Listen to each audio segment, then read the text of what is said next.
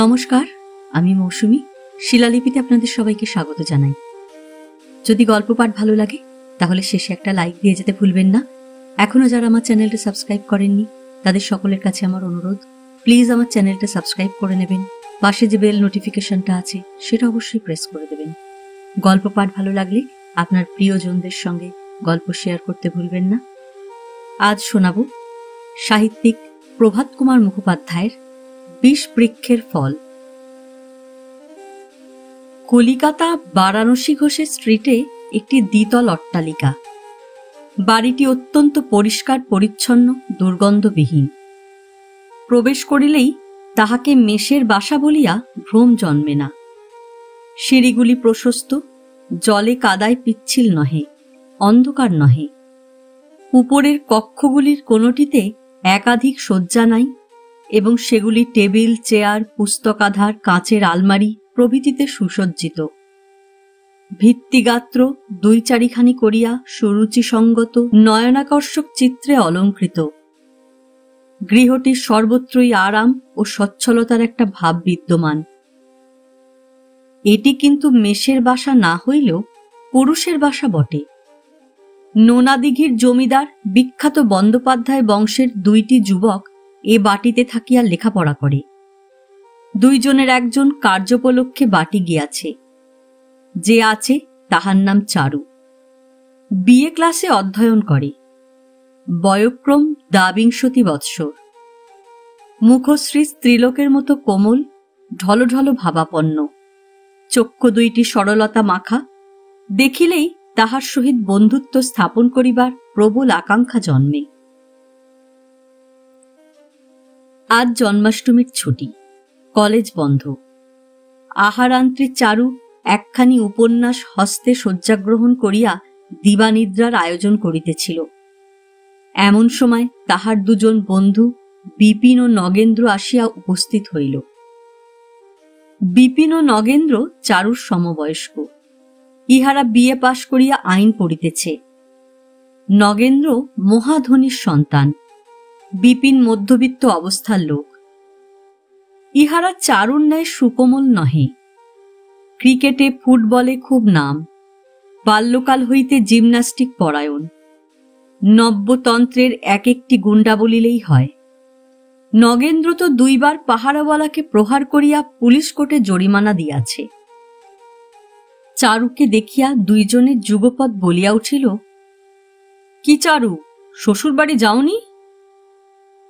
চারু শ্বশুরবাড়ি গিয়াছে কিনা এই বিষয় লইয়া নগেন্দ্র ও বিপিন পথে মহা তর্ক বিতর্ক করিতে করিতে আসিয়াছিল। প্রথমে তাহারা হাসিতে হাসিতে সেই সকল গল্প করিল। তাহার পর নানা কথা আসিয়া পড়িল। কথাবার্তার স্রোত মন্দা হইলে চারু নগেন্দ্রকে গাহিতে অনুরোধ করিল। নগেন্দ্রর পিতা ওস্তাদ রাখিয়া বাল্যকালে কয়েক বৎসর তাহাকে গীতবাদ্য শিখাইয়াছিলেন। দিব্য গাহিতে পারিত। বলিল, কি গাইব? আজ জন্মাষ্টমী, একটা কৃষ্ণ বিষয় গাও। নগেন্দ্র রাগিয়া বলিল, দেখো, তোমার ওই ভণ্ডামিগুলো আমি ২ চক্ষে দেখতে পারিনি। নোনাদিঘির বাঁড়ুজ্জেরা যে পরম বৈষ্ণব তা আমি জানি, কিন্তু তুমি হতভাগা যে আমাদের চেয়েও জবন ম্লেচ্ছভাবাপন্ন তাও বিলক্ষণ জানি। তোমার কৃষ্ণভক্তির ভান আমার অসহ্য। বিপিন হাসিয়া বলিল, অত চট কেন হে? সেদিন তোমাদের বাড়িতে শ্যামবাজারের নাট্য সমিতি ২০ বৃক্ষের যে অভিনয় করেছিল তাতে হরিদাসী বৈষ্ণবীর গানটি কেমন হয়েছিল বলো দেখি। সেইটি গাও না, আমার তো ভারী চমৎকার লেগেছিল ভাই। চারু বলিল, খবরদার, অশ্লীল গান টান আমার বাড়িতে গেও না, আমরা কৃষ্ণপ্রেমী লোক। হাসিয়া নগেন গুনগুন করিয়া সুর ধরিল। বিপিনকে জিজ্ঞাসা করিল, গোড়াটা কি হে? শ্রীমুখ পঙ্কজ। নগেন্দ্র গাহিল, শ্রীমুখ পঙ্কজ দেখব বলে হে, তাই এসেছিলাম এ গোকুলে, আমায় স্থান দিওরাই চরণতলে, ইত্যাদি। সুর ক্রমে উচ্চ হইতে উচ্চে উঠিতে লাগিল। চারু ও বিপিন একে একে যোগ দিল। গান খুব জমিয়া গেল। স্তব্ধ মধ্যাহ্ন। নিম্নে পথচারী লোকজন ক্ষণকাল দাঁড়াইয়া শুনিয়া লইল। একবার, দুইবার, তিনবার গাহিয়া গান শেষ হইল। ক্ষণকাল বিশ্রামের পর নগেন্দ্র আবার গুনগুন করিয়া ধরিল, মানের দায় তুই মানিনি, তাই সেজেছি বিদেশিনী। গানটার নেশা যেন আর কিছুতেই ছুটিতেছে না। বিপিন হাসিয়া বলিল, নগেন, তোর বউ মান করেছে নাকি রে? মান মান করে অত খেপলি কেন তুই? নগেন গান বন্ধ করিয়া বলিল, আমার বউ তো এখানে নেই। আমার শালির বিয়ের সময় গেছে, এখনো আসেনি। চিঠিতেও তো মান হয়। কি জানি ভাই, মান হয়েছে কিনা। 1 হপ্তাহ কিন্তু চিঠি পাইনি। তবে যাও, বৈষ্ণবী সেজে গিয়ে মান ভাঙিয়ে এসোগে। বেশ গলাটি আছে, গান শোনাবে। যখন পুরস্কার দেবার সময় হবে তখন বলবে, ধন্যী তব মান রতন দেহ মোয়ে। যথারীতি গদগদ হয়ে বলবে, হেসে পেল না যেন। চারু গম্ভীর হইয়া বলিল, আর ভাই, ইংরেজি শিক্ষার জ্বালায় মান টান সব দেশ থেকে উঠে গেল। এই উৎকট নূতন মন্তব্যটা শুনিয়া নগেন ও বিপিন চমকিয়া উঠিল। বলিল, কিরকম কিরকম? চারু বলিল, ইংরেজি পড়ে লোকে যেরকম স্ত্রীবৎসল হয়ে উঠেছে, 24 ঘণ্টা স্ত্রীর শ্রীচরণে ছুঁচো হয়ে পড়ে থাকলে সে বেচারি মান করবার অবসর পাবে কখন বলো? বিপিন ও নগেন চারুর এই গবেষণায় বিস্মিত হইয়া পড়িল। বিপিন বলিল, ব্রাভো চারু, মনোজগতে তোমার এই আবিষ্কার জড়জগতে কলম্বসীয় আবিষ্কারের চেয়ে একটুও কম নয়। নগেন বলিল, বাহ চারু, তুই 2 দিন বিয়ে করে প্রেম শাস্ত্রে এমন পরিপক্ক হয়ে উঠলি। আমি 2 বছরে যে এ তত্ত্ব পাইনি। বর্ধিত উৎসাহে চারু বলিল, মানটা প্রণয় অপরাধের দণ্ডস্বরূপ। অপরাধ আবার যে সে অপরাধ নয়। সন্দেহ হওয়া চাই যে প্রণয়পাত্র অবিশ্বাসী। বাধা দিয়া নগেন্দ্র বলিল, না চারু, তোমার থিওরি ভারী খেলো হয়ে পড়ল। তুমি প্রেমতত্ত্বের কিচ্ছু জানো না। তুমি নিরেট মুখ্য স্টুপিড ফুল। তুমি কবার শ্বশুরবাড়ি গিয়েছ? এই তো সেদিন গিয়েছিলাম। বলো তো আবার যাই? যাও, আজই যাও, বরং আমরাও সঙ্গে যাই। বিপিন বলিল, তীর্থের পাণ্ডা হয়ে নাকি? বাস্তবিক চারু, তোর বউকে এখনো দেখাতে পারলি নে। এই বেলা দেখা এখনো কোণে আছে। এরপর ধেড়ে মাগি হয়ে উঠলে কি আর দেখাতে পারবি না দেখাতে পাবি?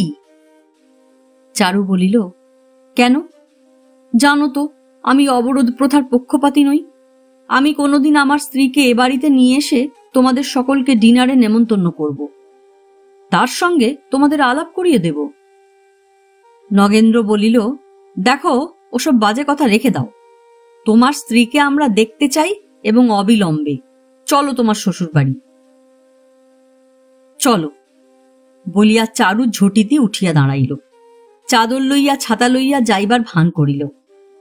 নগেন বলিল, ওসব চালাকি নয়, সত্যি আমি একটা মতলব ঠাউরেছি, ভারী নূতন আর ভারী সাহসিক।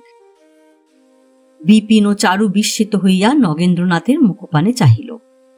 নগেন্দ্র বলিল, দেখো চারু, তুমি শ্বশুরবাড়িতে 2-3 বার মাত্র গিয়েছ। 1 দিনের বেশি কখনো ছিলে না। বাস্তব জীবনে একবার বিষবৃক্ষের অভিনয় করা যাক, এসো।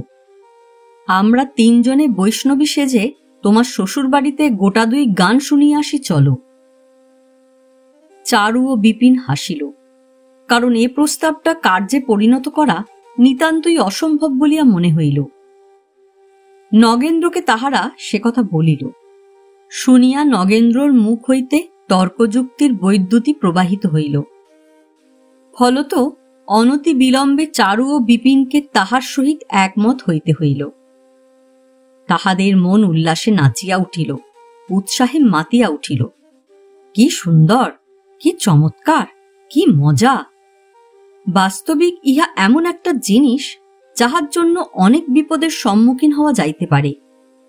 ভবিষ্যতে গল্প করিবার মতো কত বড় একটা উপাদান হইবে। এই বিষয়ে বহুক্ষণ ধরিয়া কথাবার্তা হইল।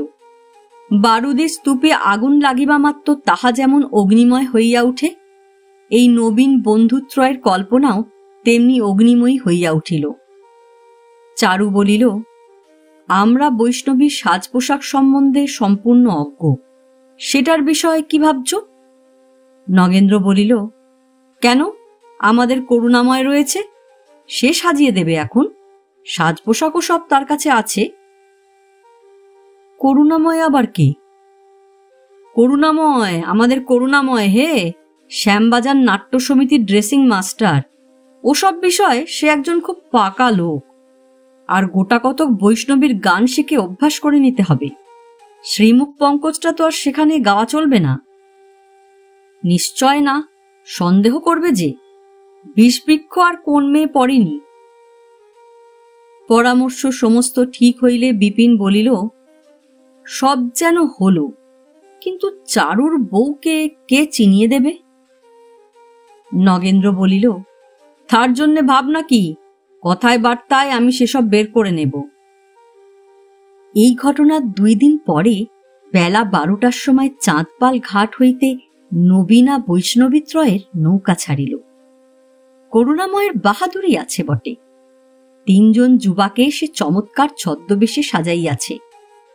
মুখমণ্ডল হইতে গুম্ফ শ্বশ্রুর চিহ্নমাত্র তিরোহিত।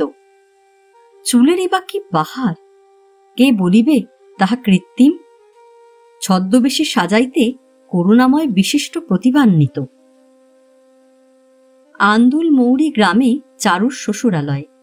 দিবসে 4 বার স্টিমার ছাড়ে। স্টিমারে 1 ঘণ্টার পথ, নৌকায় যাইলে 2-3 ঘণ্টা লাগে। প্রথম স্টিমারে যাইবার পরামর্শ হইয়াছিল, কিন্তু স্টিমারে সহস্র লোকের নয়ন পথবর্তী হওয়াটা যুক্তিযুক্ত ও নিরাপদ মনে হইল না। তাই যাতায়াতের জন্য একখানি নৌকা ভাড়া করা হইয়াছে। নৌকাও ছাড়িল। আকাশ মেঘাচ্ছন্ন হইতে আরম্ভ হইল। বিপিন বলিল, বিধাতার কি বিচিত্র লীলা! বিষবৃক্ষ গোড়া থেকেই বিষবৃক্ষ। আকাশে মেঘের ঘন ঘটাখানা দেখো একবার। ওহে নগেন্দ্র, তোমার সূর্যমুখী কি বলে দিয়েছেন? নগেন্দ্র বলিল, ভার্যা সূর্যমুখী বলে দিয়েছেন মেঘ উঠলে ঝড়ের সম্ভাবনা দেখলে নৌকা ঘাটে লাগাতে। মাথার দিব্যি দিয়ে দিয়েছেন। তা আন্দুলের ঘাটে নৌকা বেঁধে একবার কুন্দনন্দিনীদের বাড়িতে যাওয়া যাবে এখন? চারু কৃত্রিম ক্রোধের সহিত বলিল, দূর হতবাগা। আকাশে মেঘ, গঙ্গাবক্ষে স্নিগ্ধ সমীর সঞ্চার, দেহ দোদুল্যমান, মন পুলকপূর্ণ। 3 জনে নৌকার মুখের কাছে বসিয়া ক্ষেপণীর তালে তালে গান আরম্ভ করিল। এই গানগুলা তাহারা 2-3 দিন ধরিয়া ক্রমাগত অভ্যাস করিতেছে। পরীক্ষার অব্যবহিত কাল পূর্বে হলে প্রবেশ করিবার সময় বালকেরা যেমন বহিগুলা একবার শেষবার উল্টাইয়া যায়, সেই রূপ আর কি। বর্বর মাঝিগুলা দাঁত টানিতে টানিতে সহাস্য নেত্রে উহাদের পানে কটাক্ষপাত করিতে লাগিল। বোধহয় তাহারা ভাবিতেছিল এমন আরোহী বহু ভাগ্যে মিলে। বিপিন তাহাদের একটা ধমক দিয়া বলিল, কি দেখছিস হাঁ করে? গানে গল্পে 3 ঘণ্টার পথ অতিবাহিত হইল।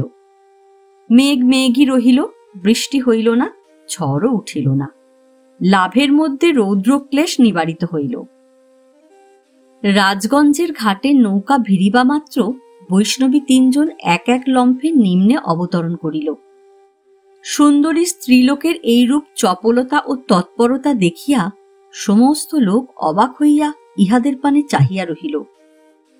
2-4টা কুরসিকতার বাক্য বৈষ্ণবীদের কর্ণে আসিয়া প্রবেশ করিল। বিপিন হাসিল, নগেন রাগিল, চারুর কপাল ঘামিয়া উঠিল। রাজগঞ্জের ঘাট হইতে আন্দুলে চারুর শ্বশুরালয় 1 ক্রোশ পথ।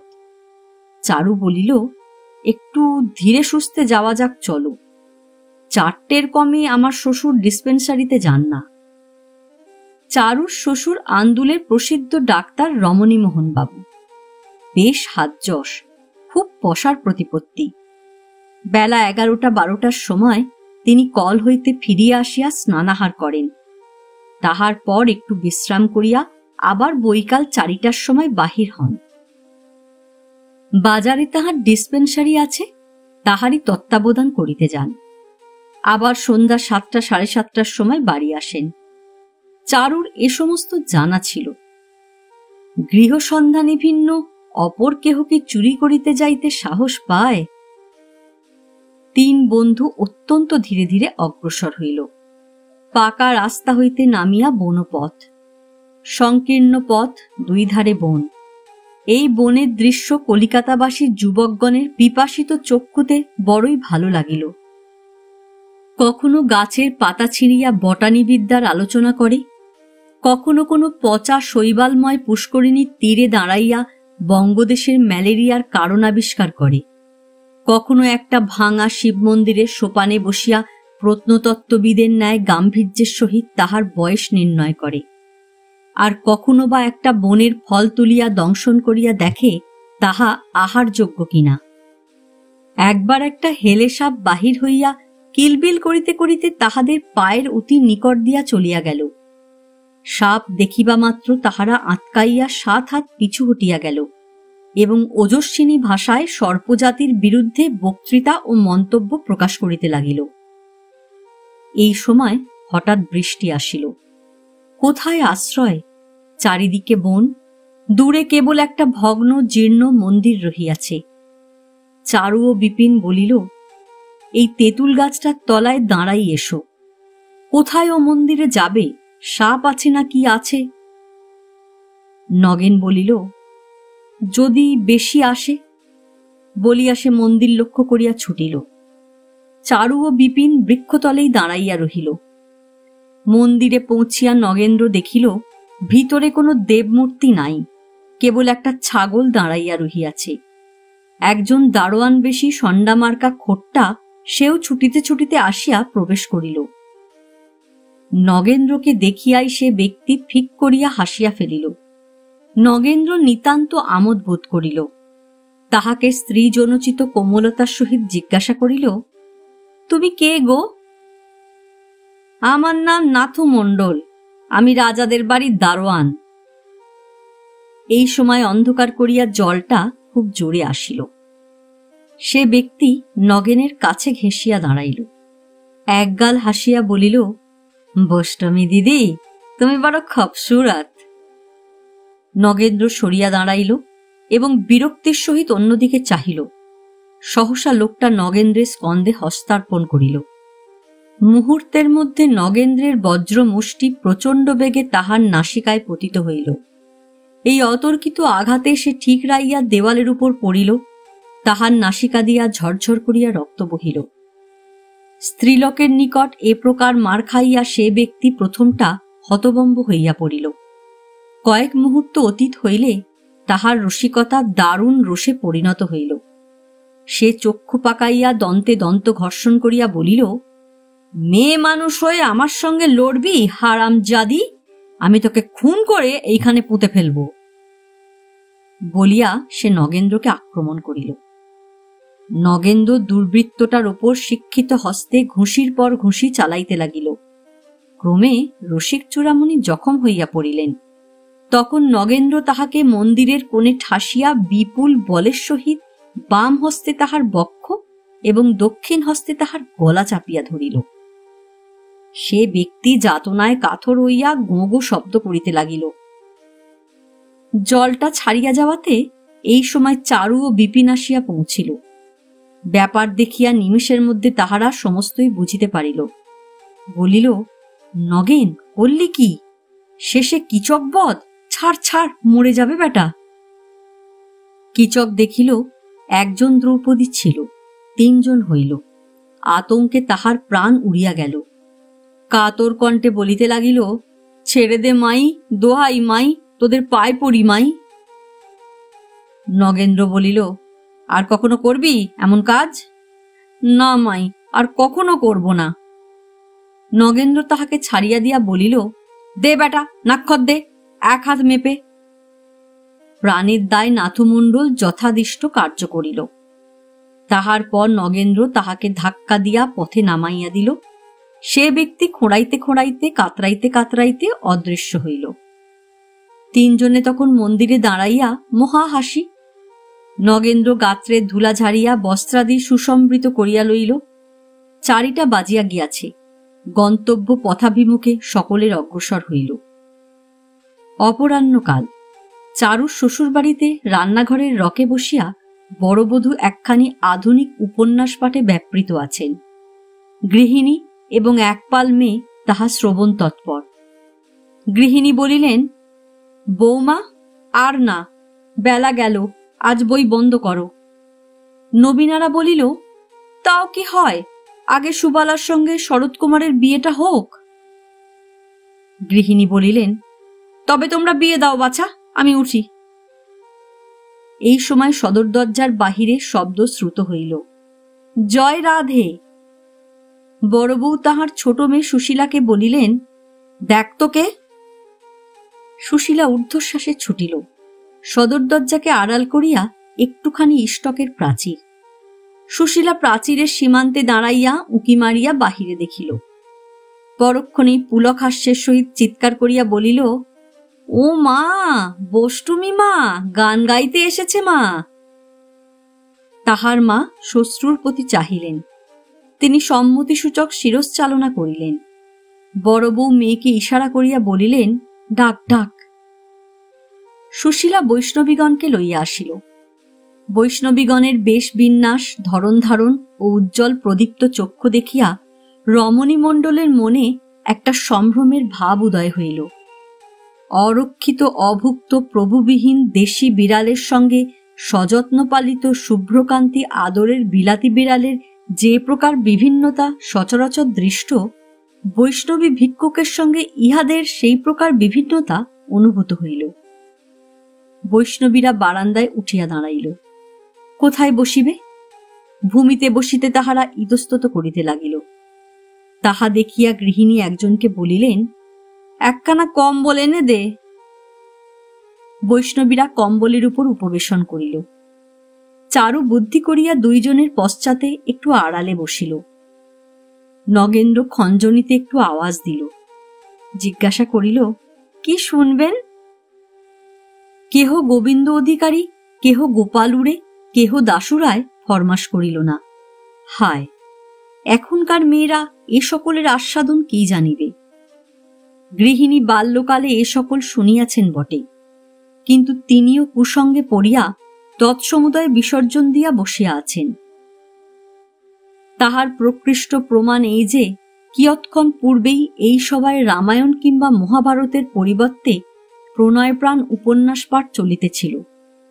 রামায়ণ মহাভারতাদির অপেক্ষা আধুনিক নাটক নভেলই গৃহিণীর বিশেষ রুচিকর লাগিত, যদিও তিনি তাহা মুখে কখনো স্বীকার করিতেন না। তথাপি তাহার কন্যারা পুত্রবধূরা ইহা জানিত। তাই তাহারা তাহার মৌখিক অনিচ্ছার বিরুদ্ধে আবদার করিয়া তাহাকে ধরিয়া আনিত।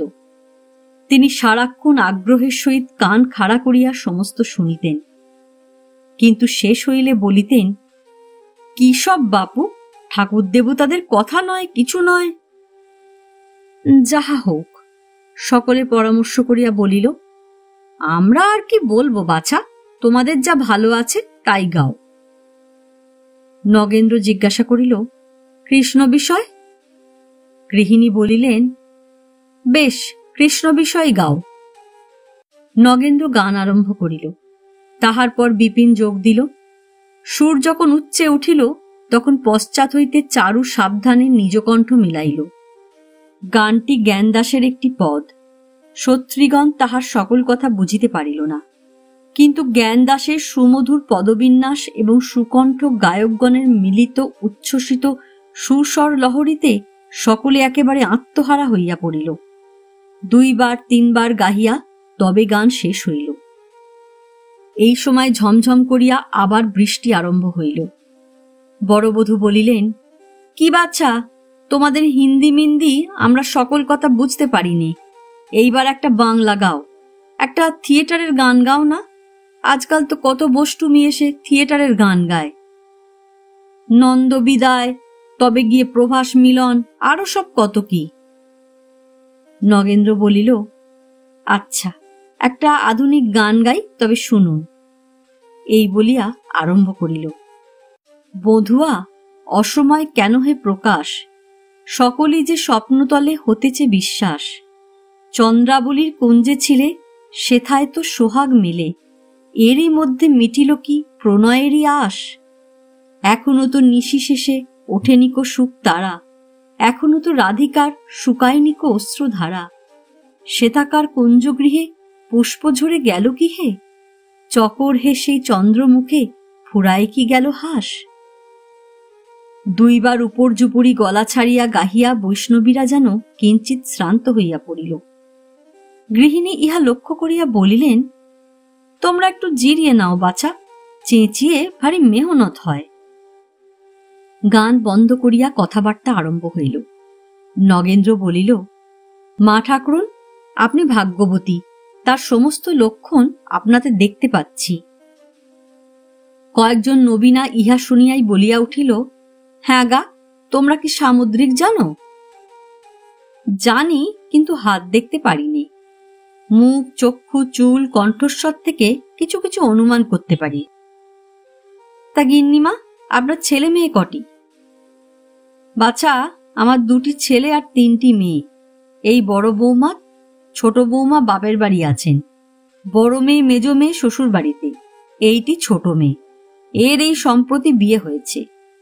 এই বলিয়া গৃহিণী চারু স্ত্রী কুমুদিনীকে দেখাইয়া দিলেন।